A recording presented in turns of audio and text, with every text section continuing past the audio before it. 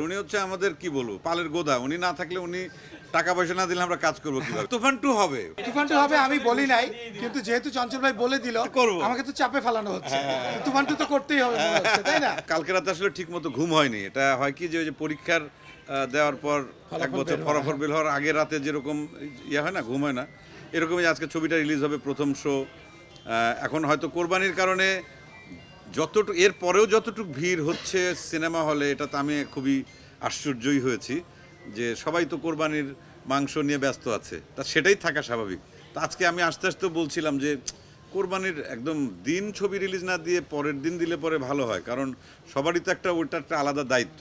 কিন্তু এরপরেও আমি দেখলাম যে সারা বাংলাদেশের সিনেমা হলে যতটুকু সোশ্যাল মিডিয়ার মাধ্যমে খবর পাচ্ছি, আনবিলিভেবল, একদম সত্যি কথা। এবং এই রকম স্বপ্নই আসলে সিনেমাকে নিয়ে আমরা দেখি, এবং সেই জায়গায় যাওয়ার জন্য আমাদের যতটুকু করণীয়, এই যে শাকিল ভাই এখানে আছেন, রাফি ছিল বা রাফি চলে গেল, এখন নিশ্চয়ই আপনাদের মাধ্যমে বলতেই পারি সারা দেশের মানুষকে যে আমরা যে বড় কিছু করার চেষ্টা করছি, দেশের দর্শক যদি আমাদের সাথে থাকেন এর চাইতে আরও বড় কিছু আমরা করতে পারবো। আমার মনে হয় যে এই ভূমিকাটা অনেক কার্যকরী একটা ভূমিকা। আগে কতটুকু ছিল বা মাঝখানে একেবারেই ছিল না যে একসঙ্গে স্ক্রিন শেয়ার করা, প্রত্যেকেরই যার যার ফ্যান্স ফলোয়ার আছে। আমাদের যদি প্রত্যেকের উদ্দেশ্য হয় যে বাংলাদেশের সিনেমা শিল্প, সিনেমাকে কত বড় করা যায়, সেই ভাবনা যদি আমাদের মাথায় থাকে, তাহলে পরে বোধহয় আমরা একমত হবে এবং একসঙ্গে কাজ করব। যেটা হয়তো রায়হান রাফি আমার মতো আরও কিছু শিল্পীকে দিয়ে একটা সিনেমাতে একসঙ্গে কাজ করিয়েছেন, এবং সেটা রেজাল্ট যদি পাওয়া যায় ঠিকঠাক মতো, আমার মনে হয় কি যে ভবিষ্যতে এটা একটা মানে কি বলবো উদাহরণ হিসাবে হয়ে থাকবে, এবং সেটা আমাদের বাংলা সিনেমার জন্য অনেক ভালো কিছু হবে। এই জায়গায় আমি একটু অ্যাড করতে চাই, আমি চঞ্চল ভাইকে একটা স্পেশাল থ্যাঙ্কস দিতে চাই। এটা আসলেই আপনি ঠিকই বলেছেন যে এই ঘটনাটা পৃথিবীর বিভিন্ন দেশে সিনেমায় আমরা দেখতে পাই, বাংলাদেশে ইউজুয়ালি এটা দেখা যায় না। যেমন আপনারা জানেন যে আমাদের পরে একটা সিনেমা আছে দম, যেটাতে মুখ্য চরিত্রে আছে চঞ্চল চৌধুরী। তো ওইটা নিয়ে উনি প্রিপারেশনে ছিলেন। তো হুট করেই যখন আমরা অ্যাপ্রোচ করলাম ওনাকে যে শাকিব খানের তুফানে এই ক্যারেক্টারটা আপনাকে আমরা চাই, এবং চঞ্চল ভাই কিন্তু রেসপন্ড করলেন।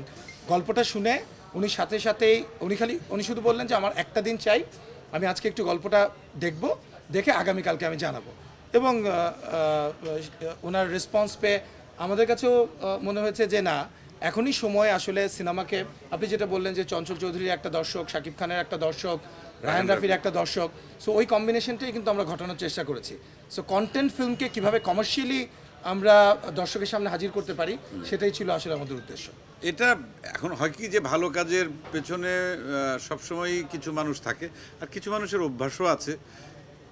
মানে এটা বাঙালির একটা বৈশিষ্ট্যও বটে, যে কোনো কাজের কি বলবো মানে বিভিন্ন ধরনের, এটাকে কি বলে, সমালোচনা করা, এটা একটা আমাদের রক্তের একটা বৈশিষ্ট্য।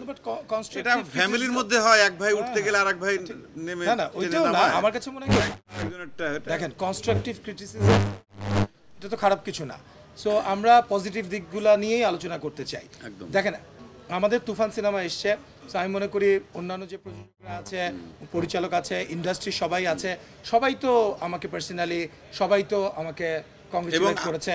এবং আমরা মনে করি এরপরে যে ছবি আসবে, সেটা শাকিব খানের ছবি আসুক, সেটা চঞ্চল চৌধুরীর ছবি আসুক, যার ছবি আসুক না কেন, আমরা তো মোরাল সাপোর্ট আমাদের পক্ষ থেকে। আমি সেই কথাটাই বলছি যে শাকিল ভাই আজকে যে মানে কি বলবো, এরকম একটা ছবির পেছনে শাকিল ভাই বা এসবিএফ সাপোর্ট করছে, চরকি সাপোর্ট করছে এরকম একটা কাজের জন্য, তা নিশ্চয়ই এইরকম কাজ যদি অন্য কেউ যদি ভালো কিছু কাজ করে, সেখানেও তার মতো সে তার ভূমিকায় থাকবে, আমি আমার মতো ভূমিকা থাকবো। এবং শুধুমাত্র বলছি না যে একটি ছবি দেখতে হবে, যতগুলো ছবি রিলিজ হয়েছে, যদি কোনো ছবি দর্শকের যদি ভালো লাগে, আমরা অবশ্যই বলবো ছবিটা যদি ভালো তৈরি হয়ে থাকে।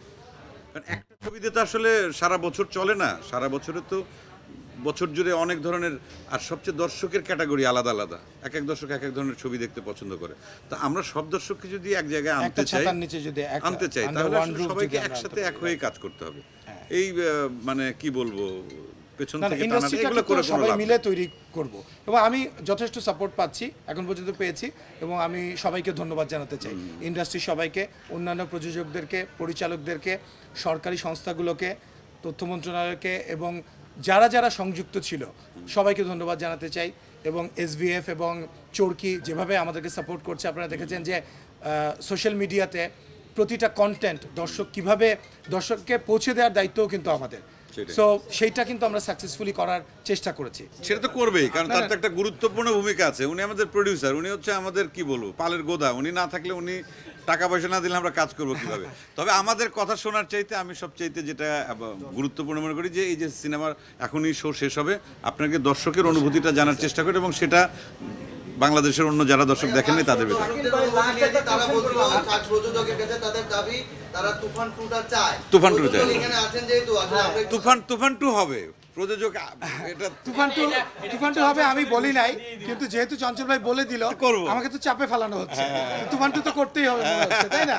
সো তুফান টু আসবে কি আসবে না, আমি সাংবাদিক ভাইরা যারা আছেন তাদেরকে আমি বলবো আপনারা সিনেমাটা দেখেন, দেখলে আপনারা উত্তর পেয়ে যাবেন। সেটা আমার মুখ থেকে অথবা এবং- চঞ্চল ভাইয়ের মুখ থেকে না শুনে আপনারা দেখার পর আপনারাই বলবেন যে তুফান টু হবে কি হবে না। আর দর্শক যদি চায়, দর্শক যা চায় সেটাই তো হবে। দর্শক চাইলে অবশ্যই হবে তুফান 2।